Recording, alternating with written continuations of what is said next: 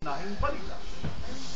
I'm aware of consciousness, and I do it naturally. No one has to tell me. This is my contribution to Gobyerno ng the Netherlands handa na sa gyera laban sa global warming. no one. For 21 years, patuloy pa rin hanggang ngayon ang paglabas ng mga Pilipino na maging migrant.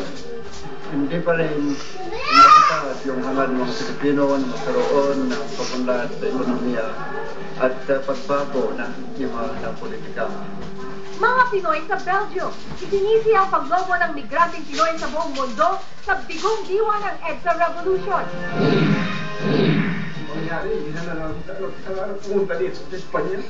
Pamilya na nag-iisang Pinoy na nasawi sa Madrid train bombing noong 2004. Gusto nang kalimutan ang pait na dala ng trahedya.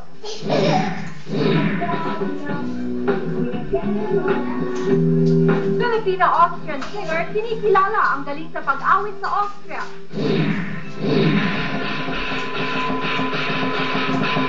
Year of the Fire Pig. Masayang sinalubong ng mga Pinoy at dayuhan sa Paris. At mga Pinoy sa Scotland, nagsama-sama sa isang disco at salo-salo sa Edinburgh. Habang naaalarma ang buong mundo sa malalang epekto ng global warming, kumpiyansa naman ang gobyerno ng the Netherlands na hindi sila apektado nito. Nakahanda na raw kasi ang kanilang bansa dahil matagal na silang naglunsad ng gera kontra sa global warming. Kaya naman hiniling ng the Netherlands sa ibang bansa na maging responsable para sagipin ang mundo sa epekto ng pagkasira ng kalikasan. May report si Louie Galicia. Handa ang gobyerno ng Netherlands sa lumalalang sitwasyon ng klima ng mundo batay na rin sa ulat ng United Nations.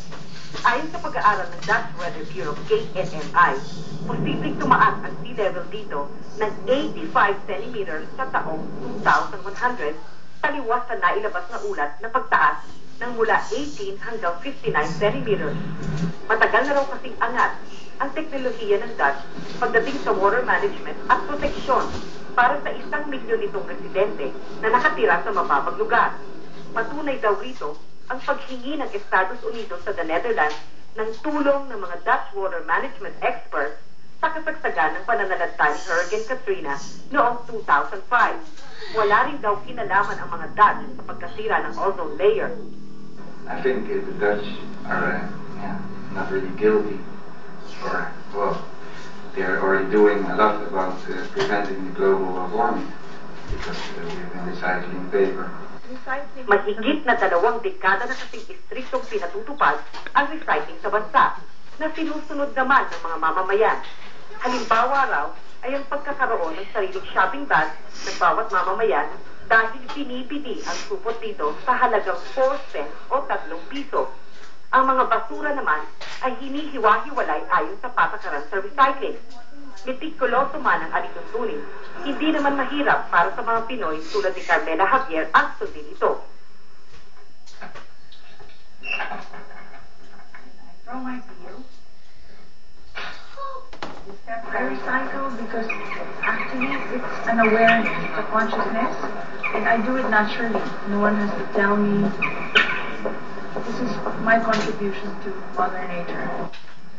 Para sa mga Pinoy, responsibilidad ng lahat ang pagsagip sa mundo laban sa patuloy na paglala ng global warming.